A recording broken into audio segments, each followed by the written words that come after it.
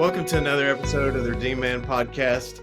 I am Nate Dewberry, and today I have a great guest with me, Thomas Cox, which he just made a comment about my looks. So we're jumping right into this, and we're both laughing as he shared, because he said I'd aged well. So I'm not so sure He's about aged that. well. I've known Nate for 20, probably 25 years, but there's been a gap of about 20 years where we haven't really had a lot of contact. And I just told him, you've aged well. You're extremely good looking. And this is from a guy that's married with 3 kids. So Thomas is a phenomenal guy. When I was talking to Paul previously about having Thomas on as a guest, I was like, he will come across extremely confident. He is going to be determined, and he's going to jump in and talk, and doesn't meet a stranger. Awesome. I remember the first time I met him at UAB when he was playing football there, and just going, uh, you and Mark together, so Mark Pettis together were quite the duo, because that's right. Mark would do things, but he didn't quite have the confidence I think that you had in some areas, and so you really helped Mark step into some of that, That's right. and which is That's right. funny. That's But right. Thomas today is married, has 3 kids, entrepreneur, businessman, and today, I just want to talk with him about health, business, leadership, faith. We're doing currently a kind of a series where we're emphasizing health, and you'll understand more as Right. we talk to Thomas about kind of what he does and how that plays into, because he's super into the fitness world. And so we'll jump in talking a little bit about how you grew up. So, Thomas, tell me a little bit about your background. Obviously, I know you were sports, you were quarterback at UAB. So, how does that play into Yeah. who you are today? So growing up, I grew up in a home where, so this kind of marries the business and the sports together. So I grew up in a home where both parents were school teachers. My mom was a librarian. My dad was a football coach. My dad's a legendary football coach here in the state of Alabama, in the Hall of Fame here. Coached 27 years here, 10 years in Georgia. So wonderful brain, really extremely well respected here in the state of Alabama. And grew up with a football in my hand. Played 3 sports for a long, long time. And then, but the thing that's really different is I was raised in a home of salary retirement people. And I say that respectfully, but I was taught, salary, be a school teacher, do that, be a coach, and then work for retirement. I was never taught about business. I was never taught about money. Just like a lot of people raised in the South, sex and money were never really talked about in the home. And so I had a very, very little understanding of those two things. Obviously I figured the sex thing out, but the money part of it, I figured that out too in college. So raised from the time I was 5 years old, Nate, I knew what I was going to do. I knew I was going to coach college football. And honestly, from the time I was 5 or 6, that's where the journey took me, is just to coach college football. Yeah. And so I was unlike a lot of kids that went to college, didn't really care about school, knew I had to make certain grades. I knew I needed to be around a 3.0, stayed around a 3.0 all my life. Didn't really care about test scores. I'm a sub 20 ACT guy. What? Sub 20. And so just really went to school in order to play sports, but also went to school because I knew I wanted to be involved for the rest of my Yeah. life. And did that and did that. And so growing up, sports was incredibly important. My parents separated when I was in middle school, kind of a nasty divorce, but ended up coming back into fruition really, really well with my dad. Loved my dad. My dad was incredible. My dad passed away in 2020. We were incredibly close. Part of that was the football aspect of it. Um, but I was in church 9 months before I was born. My mom played the organ in the Baptist church. You and I had the same youth pastor. My middle school youth pastor was your high school youth pastor. And so I was incredibly impacted by Bill Dunn, just as much as like you were and Mark was, and just the number of hundred, maybe thousands of Yeah. people that Great. Bill Dunn has put into heaven slash been the byproduct of people going to heaven because of that guy right there. Um, so I did that, and I always was around the Jesus theme. It was always there. Didn't really grow in faith until college, which is really counterintuitive to a college athlete. But it was always there. But I got involved in church and I got involved in leadership in college. So Mark and I helped run FCA for a long, long time at UAB. And that was a huge, huge part of what we did there is reaching athletes and other people in general. And it helped my walk. I got involved in leadership and it helped me come closer to Jesus. Got involved in Church of the Highlands the last 2 years. I was at UAB. I was at Church of the Highlands the second or third Sunday I was there. And so being involved in that was huge. So that's kind of the first, 20-ish years of the faith in the football walk. Well, you talk about kind of how that happened in college, and I think one of the things that even in the previous podcast when Mark and I talked about was thinking that once you start leading in your faith is when you start personalizing your faith. When you start investing in other people and begin to serve other people, then you begin to grow because you're like, oh, I'm taking on ownership of this. It's not somebody else's faith. It's my faith. This is what I believe, and I'm living this out. With you thinking about, kind of growing up in church, what does redemption mean to you and your past, your relationships, your family, growing up in church? When you hear that, what's the first thing that comes to mind? Redemption, the first thing I think of is forgiveness and being forgiven for the screwed up things that we've done. Um, Honestly, the redemptive part of my life was I kind of grew in two separate ways, and I think that they're both healthy to a certain extent. I was the kid that didn't want to do wrong because I didn't want to let down Jesus. But I was also the kid that didn't want to do wrong because I didn't want to let down the people around me that knew that I was living a certain way. So, like, for example, not having sex before I got married, not drinking alcohol. I wanted to do those things, number one, for Jesus, but man, a close second was I didn't want to screw up like we used to say it, I didn't want to screw up my witness. Yep. But I also had put it out there that I'd never had alcohol, that I'd never had sex. And so there was also, when you make those statements, you got to stick to that stuff. Yeah. And so part of it was spiritual, but part of it was, hey, you know what? I've said this and I keep freaking doing it. Now, some of it was easy and some of it was hard. My dad was an alcoholic, so I saw the bad part of alcohol. So that wasn't a big deal. The sex part was not easy, but I credit my relationship with Jesus, but also the walk that I had and the kind of the influence, honestly, the influence that I had as to helping with avoiding that. Yeah. So you mentioned kind of earlier your sports. Were you a bodybuilder in high school too? Oh wow. Oh wow. Yeah. I did. Wow. Nobody's ever asked me that before. Yeah. So when I was 18, I did a bodybuilding competition the summer before I went to college. Wanted to do something different. And so I got a guy here in town and we trained together and it was a lot of fun. It's extremely difficult. Done a lot of difficult physical things in my life. And it was one of probably the top five most difficult things I've ever done physically. So yeah, that's so funny. You know that.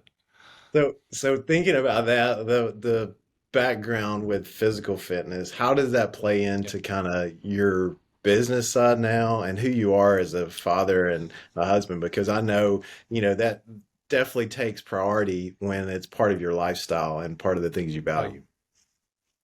I think physically people go through transitions in life. So I had once we were extremely involved in football. So I would train for power, for speed, for performing well. Then we transitioned into CrossFit. I was really involved on the front end of CrossFit. I lived in Cookeville, Tennessee for 11 years. Had the opportunity to train with some of the best people in the world in that field.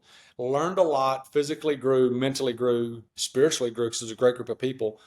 So the physically part of like training for speed and power to training for performance in a competitive realm.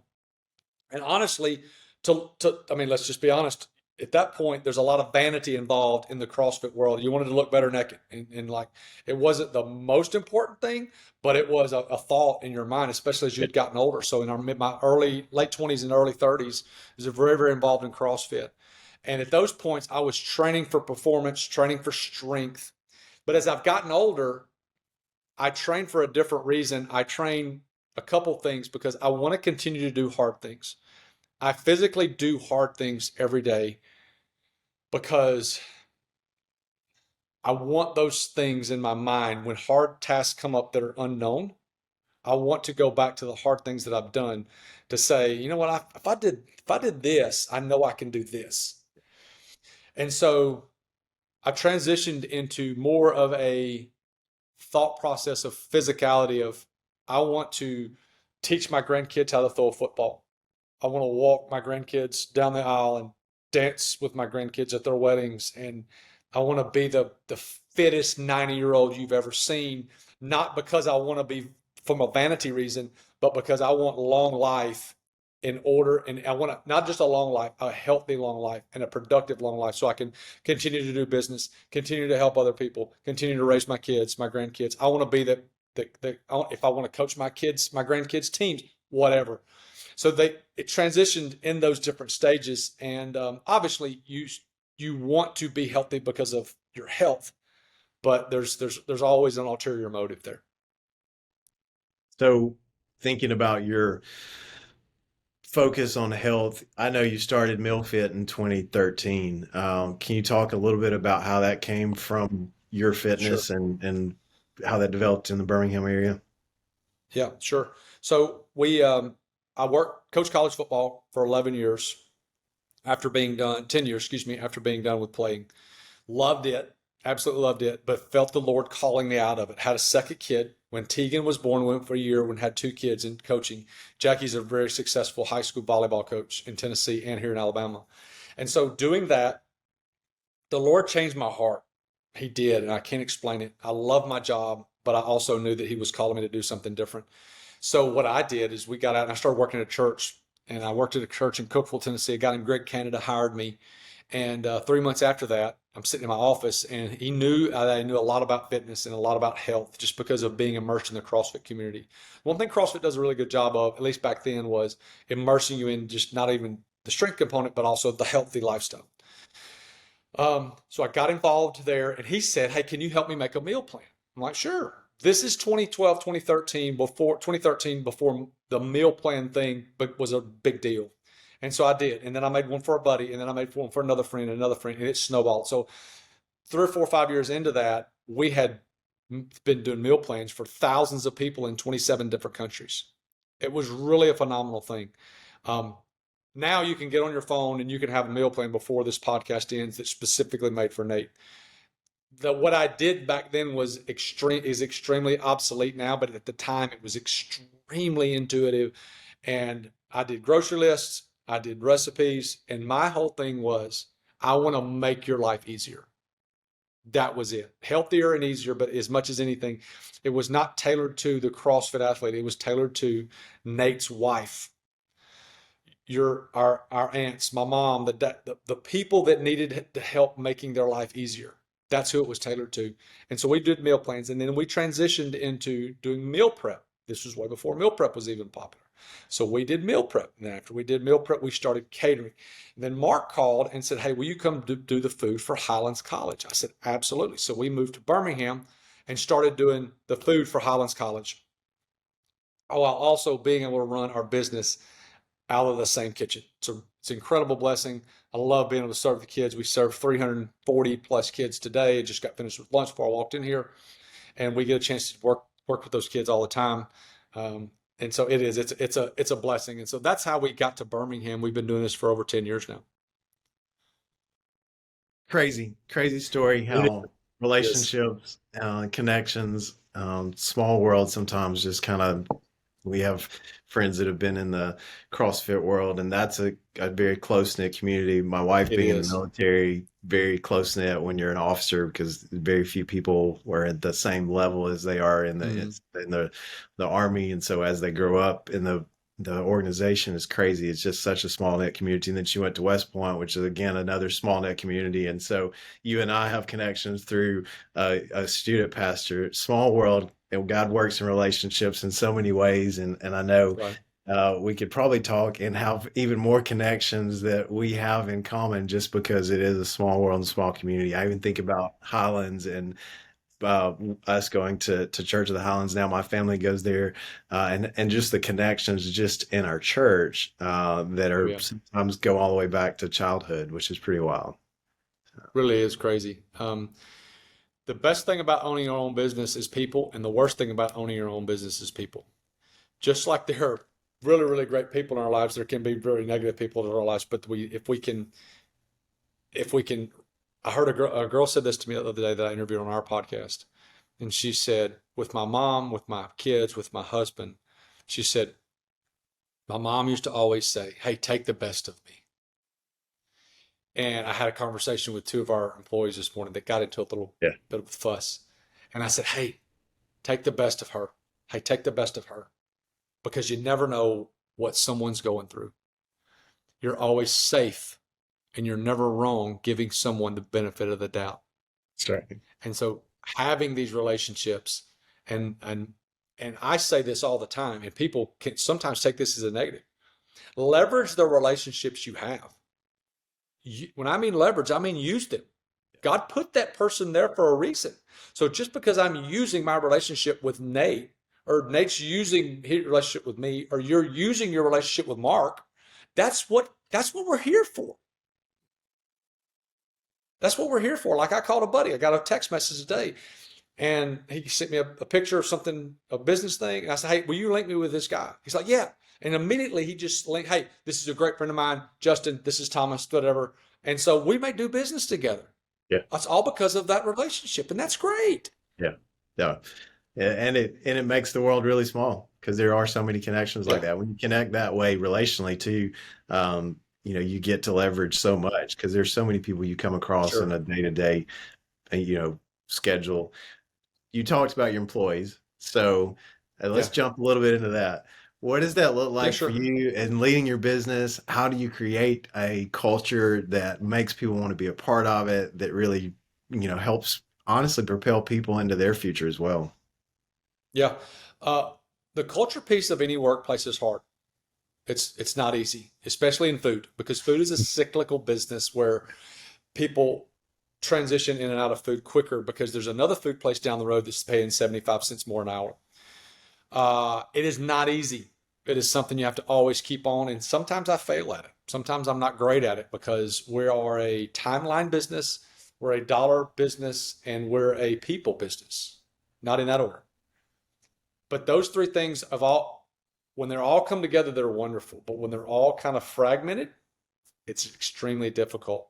So I think more than anything, people have to know that they're loved.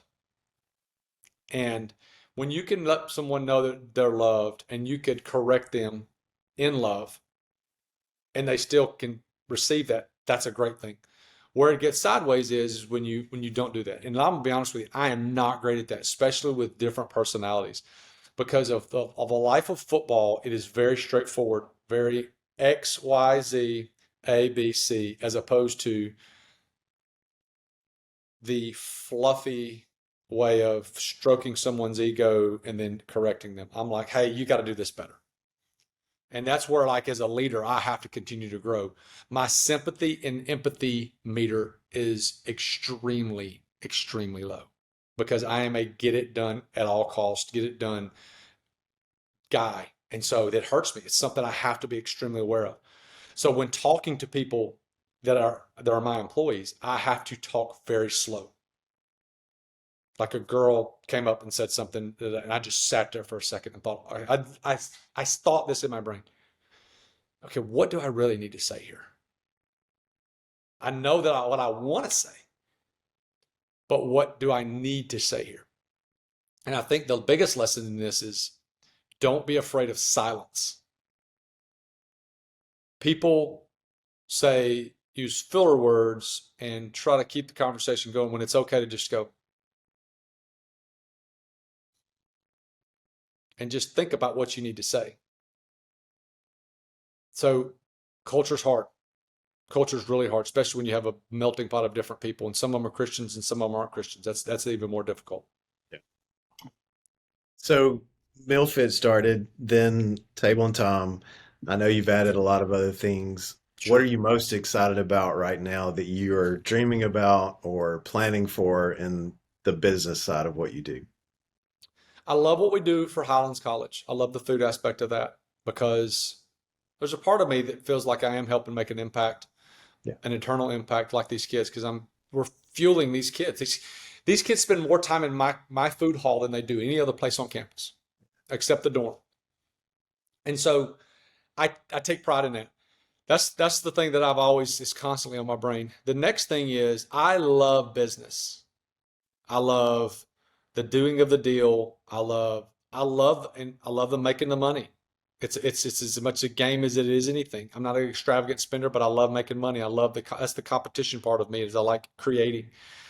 Um, I have a couple new things that we started. We bought a business in Costa Rica that's a destination wedding planning business where we plan weddings in Costa Rica, have a team of vendors down there that we work with. It's a lot of fun. I do a lot in real estate. I own multifamily apartments currently, and I also do a lot of private money lending. So that aspect of doing the deal, making the sale, whatever that is, I love that. Really, really enjoy that. So I don't know what the future holds for us. I really, really don't. I do know that I will always be involved in business in some way. I have an extreme, extreme desire to raise my kids in a world where they totally understand these things. I don't, my mom and dad did a good job, but I want to make sure that my kids know about financial literacy, know how banks work, know how the dollar works, know how people work. I want them to know all of those things that will, if I knew at a younger age, I would be a lot more advanced than I was now. That that sounds like your next course. I think as a Nice. parent, you know, I mean, that's part of the business world that's out there. I think about even Ramsey and what he has for kids, and that's more from his Sure. approach. And so it would definitely be something that I think many people would be interested in as to learn, even just because it's not something you often get exposed to, like you shared. A lot of people don't talk about money and or grow up in a family where they just don't have the awareness to investments and business and what that even looks like. So that'll be interesting to see where God takes you with the future. Um, Back to the fitness part. So what Yep. are you most excited about? A challenge that's ahead or something that you're doing in that arena? Because you talked about always pushing yourself. Yeah. I've really gotten into the longevity aspect of fitness. So I'm really gotten into the last year or so of the hot and cold contrast stuff. We got a sauna at our home right now, and I try to do that at least 6 days a week, in that 175 to 200 degree range. We have a cold tub at our house. So first thing I do when my feet hit the floor, I'm up doing that. Um, very, very regimented in my morning and in my evening routines. I heard a guy say, you can control the front end of your day and you can control the back end of your day. What happens in the middle, you got to kind of be prepared for. And so I'm extremely regimented. 4 a.m. to 7 a.m. is like mapped out. You ain't changing it. And then the back Talk, probably talk, 45 minutes, talk us through 45 that a minutes little of the day bit. is pretty good. Tell us a little bit more 4 a.m. to about 7 a.m. that. Yeah, because I think as the guys who are listening to this podcast, as business leaders or family guys, Yeah, well, at the end of the day, that plays into how you accomplish the things you want to accomplish. And so I would love to hear yeah, just more about how you set that up, what that looks like for you, sure. because I think a lot of people can be challenged by that, but also learn. Um, as a dad, as a business owner, and as a male, you have to be extremely selfish. Okay, so hopefully you can keep listening to hear what I'm fixing to say. You have to be extremely selfish because we as dads, as parents, as business owners give so much. We are an outflow of energy, information, and love. If you're doing it properly, you're giving a lot of information, you're giving a lot of love, and you're giving a lot of time. So I have to have my time. I am an extreme extrovert. We're hiking the Grand Canyon, and we're at mile 15 or 16, and Mark is behind us, and he is struggling. He is a bear has crawled on the sucker's back. He is about to just keel over and die. And we see a group, and I start talking to these people, and I hit overdrive. And I didn't realize it. And Mark goes, get towards the end. He goes, I've never seen a human being that draws more energy from other people than you do. And I do. I am an extreme extrovert, but I have to have my time to think. And so from 4 o'clock to 7 o'clock, it is me. It is me and me alone. And I don't get interrupted in that time. And that's critical for me. So at 4 o'clock, I wake up at 4, my feet hit the floor. I go into the living room. I drink about 20 ounces of water with pink salt and lemon. that I'd made the night before. So I get 20 ounces in my body, the first thing. I go out to my garage. I go cold tub for between 2 and 3 minutes, and that temperature is about 37 degrees in the cold tub. So I do that. I get out of there. I go in the back. I get dressed. I put my coffee, start the coffee. I get dressed. I come back in. I grab a cup of coffee, and I spend time with Jesus. Sometimes that's 25 minutes. Sometimes it's an hour. I don't know. So it's in that range. So I journal all the time. I'm a writer. I'm always writing things down. So I read my Bible and I journal my thoughts. I always say I say 5 things in the top right corner of my journal, the 5 things I'm grateful for from the day before. And it could be something silly like great workout or Tegan's game or watching Georgia, Jackie got a win, whatever. So I do that. And then I typically have a spiritual heavy book, meaning like a spiritual tilt. Like right now I'm reading a parenting book. Crap, I can't forget the guy's name. I need to give you the link because it's unreal. So I'm reading a parenting book. It's biblically based, scripturally sound on every point. And so I'm reading that. From there at 5:25, I go to the gym and I work out from 5:25 to about 5:30, 5:35. I leave the gym 5:35 to about 6:30. About 6:30, I leave the gym and go home. The sauna was turned on when I left to go to the gym. I get in the sauna for 20 minutes. So anywhere between 6:50 and 7 o'clock, I'm getting out of the sauna and I can go about my day at that point. So if I'm taking my daughter to the bus, I take her to the bus at 7:05. And then from there, I make breakfast and ate the same breakfast every morning, make breakfast and then go on about my day. So that's the first 3 hours of my day. And I have to have that because if I don't have that time, I am a below average human being. So, first part of the day, we understand. What about the last part of the day? Because you get up at 4 a.m. We know how sleep plays into that. So, what's the Sure. end of your day look like? Back into the day is less in length. It's about 45 minutes. It doesn't sound like much, but so what I'll do is set my coffee pot the night before. Right before I go to bed, I drink 20 ounces of water with salt and lemon. I drink it. I go in my room. I set out my clothes for the night before for my workout the night before. I give all the kisses that need to be given to the kids and the wife and all that kind of stuff. And this sounds really weird. Some people think this is crazy. I go to bed without my wife probably 26 days a month, just because she's a night person. I'm a morning person, but she didn't wake up until 7, maybe later sometimes. Yeah. And I wake up at 4. So she's got the back end of her evening where she can have her time, and I've got the front end of my day where I'm having my time. And so after I lay my clothes out, I sit in the bed for probably 5 or 6 minutes and read and then go to sleep. So you're looking at a 40-minute routine at night, probably a 3-hour structure in the morning. What time are you normally asleep? Between 9 and 9:30. So, Yeah. and I'll bank a little sleep on the weekend. On the weekend, I'll set my clock at 5. So I get an extra hour on Saturday and Sunday, depending on what I have to do. Yeah. So, So, guys listen to our podcast and he realizes that health has not been a priority in his life. sure. What are some simple steps that you would recommend from your perspective? I know everybody's different, but Yeah. you also have helped and walked and journeyed alongside a lot of different people. So what would you say? Number one thing is turn the ship slow. You remember, whether it be Lake Martin or whatever Lake Wadawi, whatever lake you grew up on, you probably rode a jet ski. And on a jet ski, you can go really, really fast. When you go really, really fast, you can turn that thing really and be going the other way extremely quick. So I'm riding, boom, boom, boom. I could be going the other way really fast.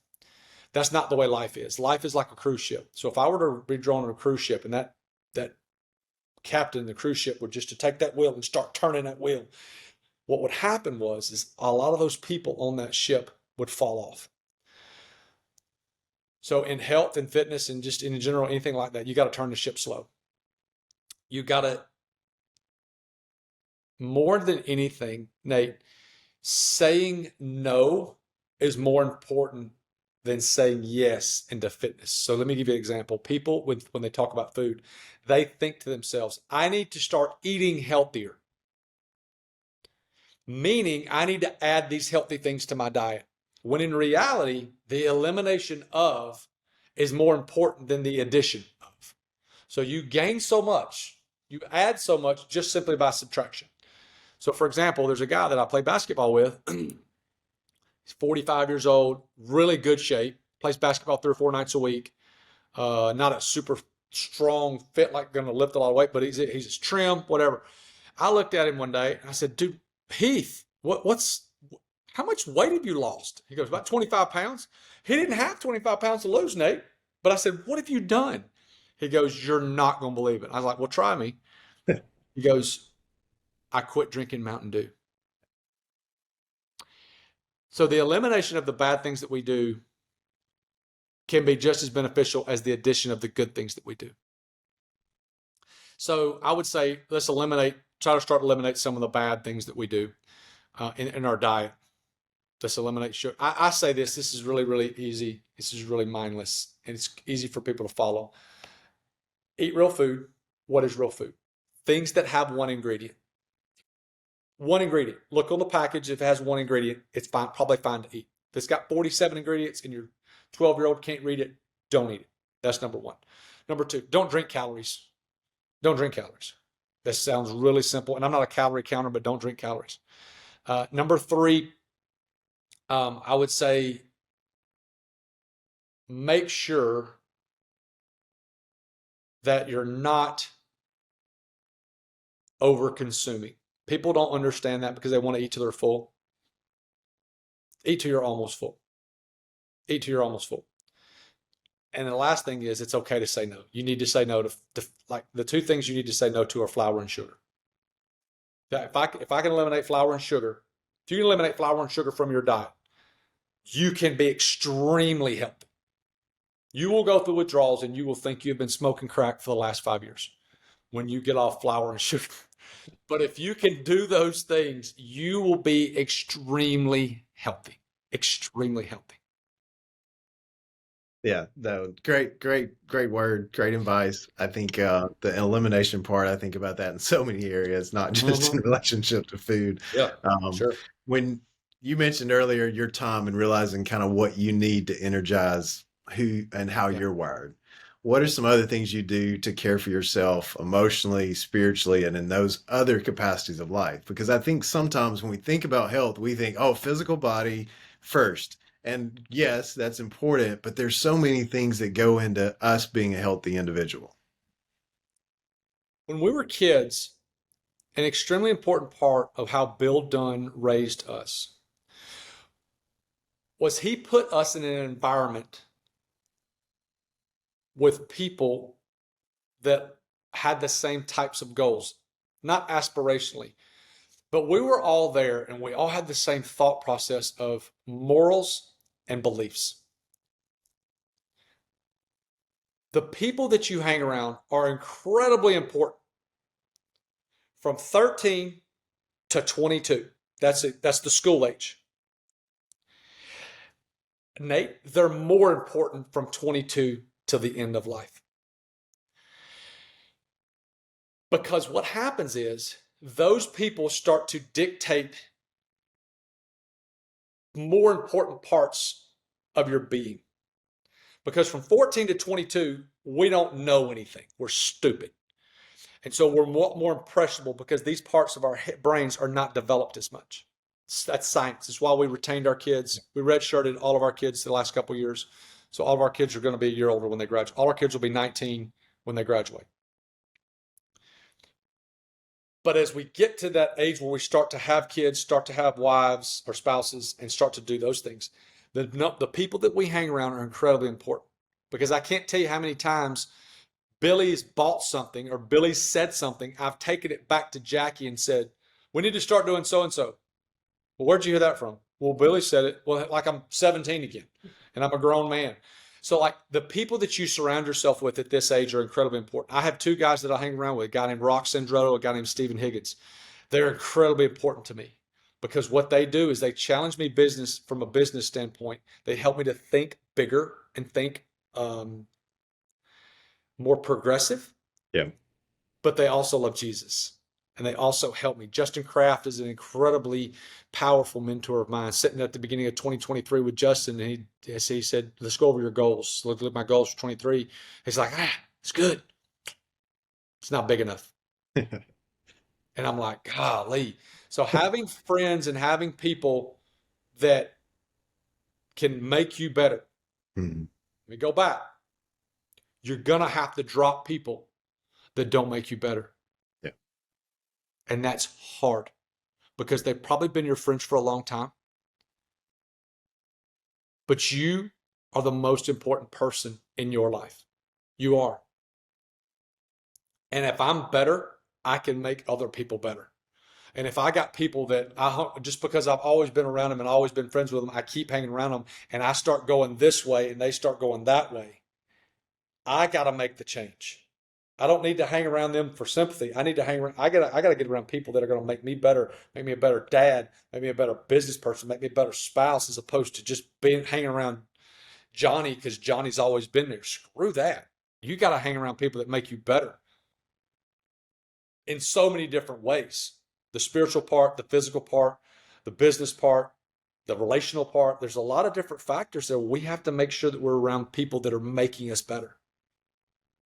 No, that's great. And one of the hardest things I think for a lot of us to do when it really gets down to it, because people will attach to you, uh, and sometimes it's hard to determine how to handle that relationship. So good, good for calling that out. When you think about your kids, you have three of them, and living in longevity. What is the one thing that you would like for them to be when they think of you as their dad? What's that thing that you want to think about? I want them to know that I love them. You hear too many people say that they didn't hear the word love, they didn't weren't touched, they weren't kissed, they weren't. I want my kids to know that I love them. And I want my kids to be prepared when they leave the home. Barry Reese said this to me, and I'll never forget this. I was standing in my first kitchen. It's a 440-foot square kitchen with no heat and no air.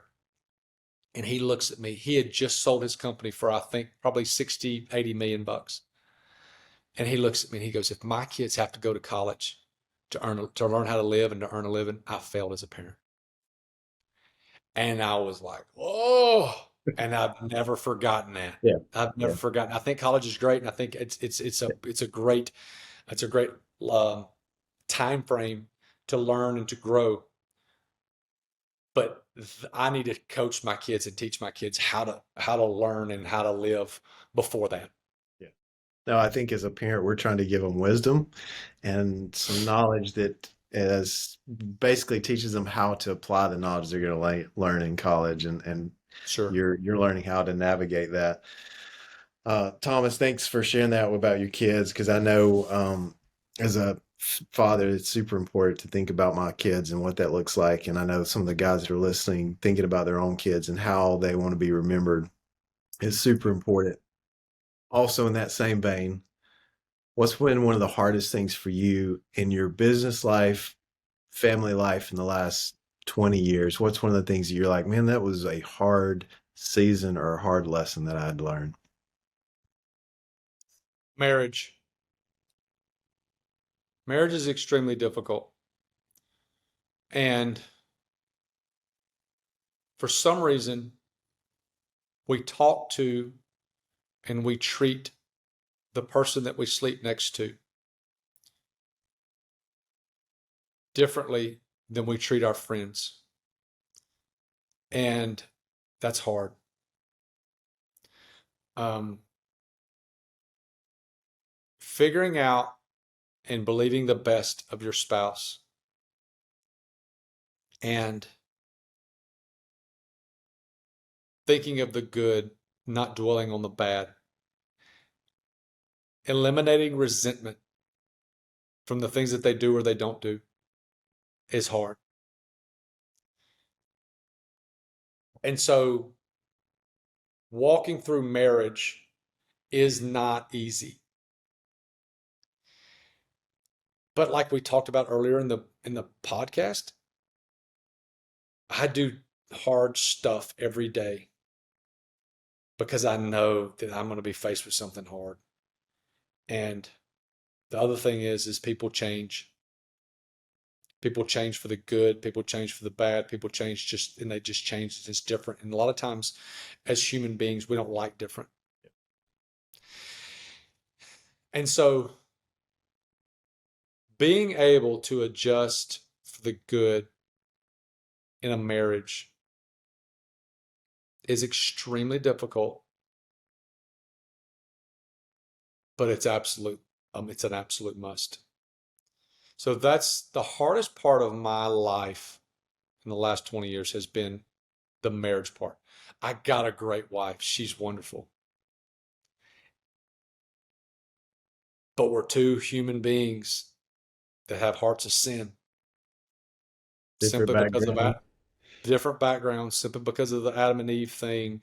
And when you get two human beings that are going in the same direction, it's hard to stop. But when you get two human beings that believe 90%, 95% of the same thing, but there's a spot here, a spot there that you believe differently, it's extremely difficult.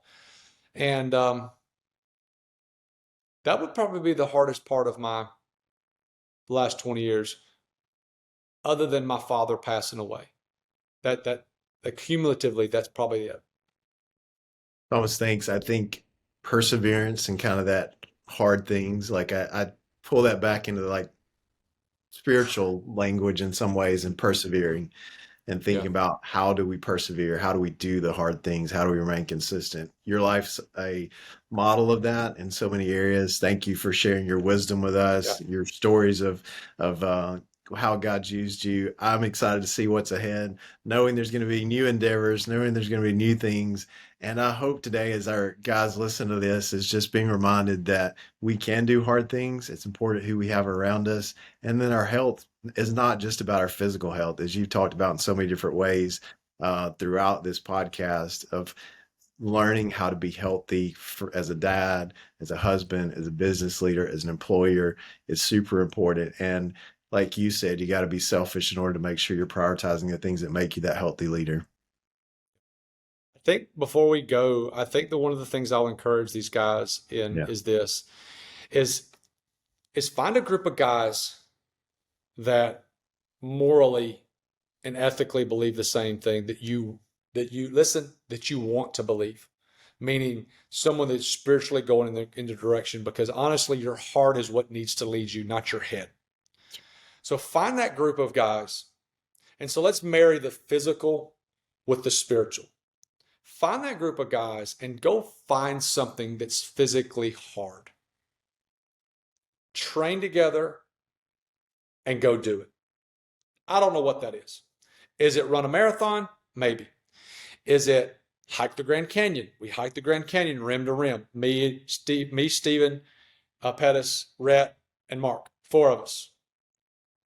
Training was fun. The trip was fun. Find something once a year. Set a goal. Have a plan. And go do that. When I say go do that, I'm not saying go run a race in your neighborhood. I'm saying go pick somewhere off the grid, in another state, in another city. Go stay, go do life with that group of guys. There's something about having a goal and working towards something that brings you together. It helps you stay disciplined. It grows you together as a group, and it's extremely needed. So I would say that's a huge part. And just go find a group and y'all go work for something. Go do something physically. Good reminder, Thomas. Thank you. Thank you for pushing You got it. the groups. Thanks for sharing your wisdom. Thanks for being with us today. And you guys make sure you check out his podcast, which is Owner's Table. That's If right. you are a business leader, entrepreneur, great podcast. Go check it out on anywhere you can consume podcasts. And thanks, Thomas, for being on the show today. Awesome. Thanks so much, Nate. God bless. Yes, sir.